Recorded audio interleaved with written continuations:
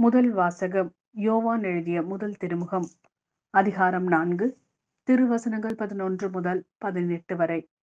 அன்பார்ந்தவர்களே, கடவுள் இவ்வாறு நம்மீது அன்பு கொண்டார் என்றால் நாமும் ஒருவர் மற்றவர் மீது அன்பு கொள்ள கடமைப்பட்டிருக்கிறோம். கடவுளை எவரும் என்றுமே கண்டதில்லை. நாம் ஒருவர் மற்றவரிடம் அன்பு கொண்டுள்ளோம் என்றால் கடவுள் நம்மோடு இணைந்திருப்பார். அவரது அன்பு நம்மிடம் நிறைவு பெறும். அவர் தமது ஆவியை நமக்கு அருளியதால் நாம் அவரோடு இணைந்திருக்கிறோம் எனவும் அவர் நம்மிடம் இணைந்திருக்கிறார் எனவும் அறிந்து கொள்கிறோம்.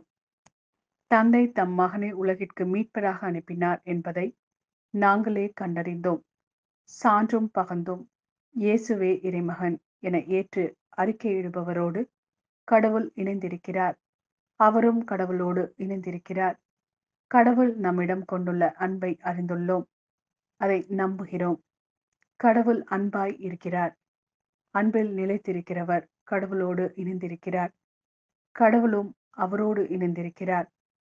கடவுள் இருப்பது போல் நாமும் இவ்வுலகில் இருக்கிறோம். எனவே தீர்ப்பு நாளில் உறுதியான நம்பிக்கை கொண்டிருப்போம். இவ்வாறு நம்மிடையே உள்ள அன்பு நிறைவடைகிறது. அன்பில் அச்சத்திற்கு இடமில்லை. மாறாக நிறை அன்பு அச்சத்தை அகற்றிவிடும். ஏனெனில் அச்சத்தில் தண்டனை உணர்வு அடங்கியுள்ளது. அச்சம் கொண்டுள்ளவர்களிடம் அன்பு முழு நிறைவு அடையாது. இது ஆண்டவரின் வாக்கு. இறைவா, உமக்கு நன்றி. மார்க் நற்செய்தி அதிகாரம் 6 திருவசனங்கள் 45 முதல் 52 வரை. இயேசு கூட்டத்தினரை அனுப்பி கொண்டிருந்தார். அப்பொழுது தம் சீடரையும் உடனே படகேறி தமக்கு முன் அக்கறையில் உள்ள பெத்தாய்தாவுக்கு செல்லுமாறு அவர் கட்டாயப்படுத்தினார். அவர் அவர்களிடமிருந்து விடை பெற்று கொண்டு இறைவனிடம் வேண்டுவதற்காக ஒரு மலைக்கு சென்றார். பொழுது சாய்ந்த பிறகும் படகு நடுக்கடலில் இருந்தது. ஆனால் அவர் தனியே கரையில் இருந்தார். அப்போது எதிர்காற்று அடித்தது. சீடர்கள் தண்டு வலிக்க பெரிதும் வருந்துவதைக் கண்ட அவர் கடல் மீது நடந்து அவரை நோக்கி வந்தார். அவர்களை கடந்து செல்ல விரும்பினார்.